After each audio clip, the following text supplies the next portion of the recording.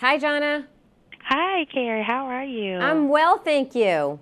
I'm glad to hear. So excited to get a chance to talk to you this morning. Oh, me too. I'm happy to chat with you.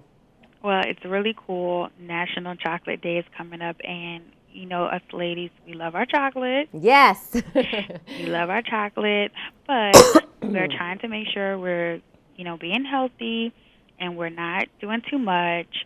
So I definitely want to ask you, what is the best way for us to get our chocolate fix in without, wrecking our healthy lifestyle, our healthy eating? Well, the thing is with chocolate is that people often, associate it with being so healthy. So they think, oh, it's healthy, I can indulge. And we end up indulging too much in it. And so the first thing I'm going to say is when you, even with any health benefits associated to it, you really need to indulge in it in a conscious manner, just like you would any indulgence, right? So you really do need to indulge in a conscious manner and think of it as an indulgence.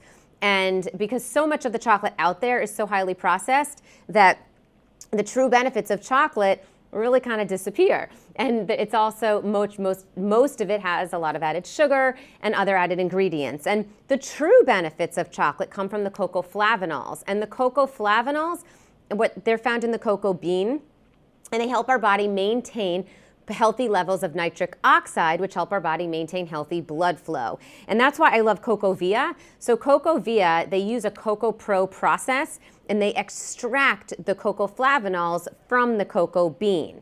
So you are getting all of those benefits. And then you can take this, it's a powder form. You can take it, you can add it to coffee, you can add it to a smoothie, or you can add it to an oatmeal. Oh, that's really cool. It's convenient in a way to get that chocolate flavor, so it still has the chocolate flavor? Yes, exactly. You have the chocolate flavor and all of the powerful phytonutrients. That's so cool. Now, we have a debate going on here in my office. We have a coworker who gets like a chocolate variety, and so it has like dark chocolate, milk chocolate, and white chocolate. Okay. So what is the difference between those three? And if we had to pick one, which one should we be going for? Okay, well, white chocolate, get rid of completely. You're not getting any benefits there. Okay, no, that's the sweetest. That's my daughter's favorite too, by the way, because it's usually the sweetest. So you must like really sweet things. Get rid of that altogether. And then the milk chocolate and the dark chocolate, I mean, they're both, here's the thing, they're both mostly highly processed in general, that you're going to destroy, that the processing of them, you end up destroying the flavanols that I mentioned. So regardless of those, I mean, you really want to indulge in them, like I said, in a conscious manner. Have a portion controlled amount as a treat, but don't think of it as something as, oh, I'm doing something so great for me, I can have as much as I want of this. You really do need to have that in portion controlled as a treat. And when it comes to getting the true benefits, you might want to have something like a supplement, like I mentioned here, the CocoaVia, where you're really getting those flavanols in. Awesome. I know another conversation that I have a lot on my channel is eating a vegan diet or a more plant-based diet. Yeah. I peg myself the vegan wannabe because I like to eat plant-based food, but I also like the option of having meat if I want to. So I know that there's a lot of debate and conversation about plant-based diets and are they really healthier for you or not.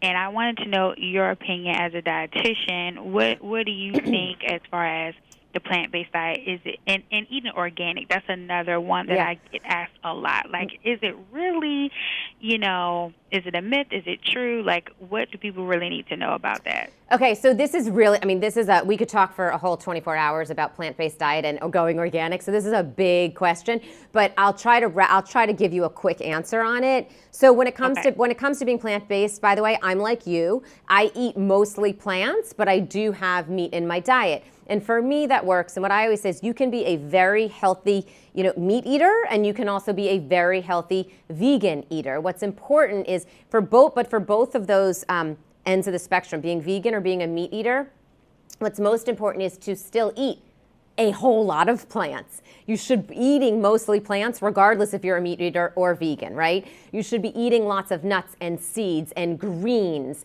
and other vegetables and fruits and healthy fats, right? So you want to be getting a lot of those in regardless. You also want to be eating consistently throughout the day whole real foods. So you want to be eating whole real foods and as little packaged processed foods as possible, regardless, again, of which end of the spectrum you're on.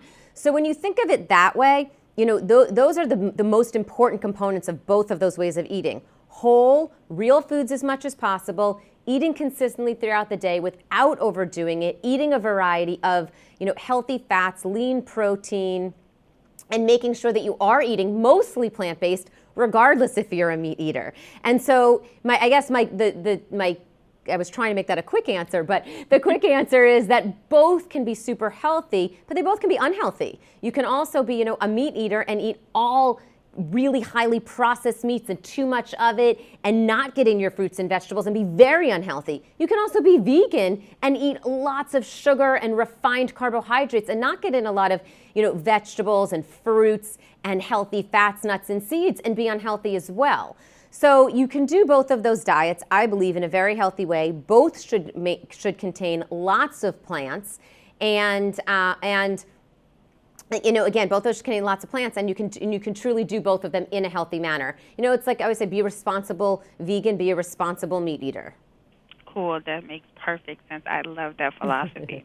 Okay, so just to wrap up, if you had one healthy lifestyle tip that you could give my readers, my listeners, when it comes to their diet, what would it be? Oh, one tip? That's so hard. Okay, I'm going to choose. Right? I'm going to choose. Well, no, I'll choose one of my favorites, which incorporates a few. So it's not just about the food. It's not all about the food, and it's not all about eating empowered. You also want to think about what I call all the other factors of a nutritious life, which include sleeping properly, managing your stress, living consciously, having great healthy spaces around you, even having an organized desk and closet and refrigerator, loving more, being in healthy relationships, exercising steady, and drinking up, hydrating properly. So look at all of those other factors of a nutritious life are equally important to the foods you eat.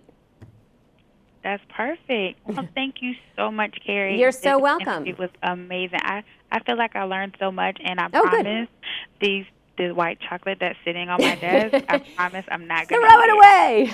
Swear, I'm going to throw it away right now. Okay.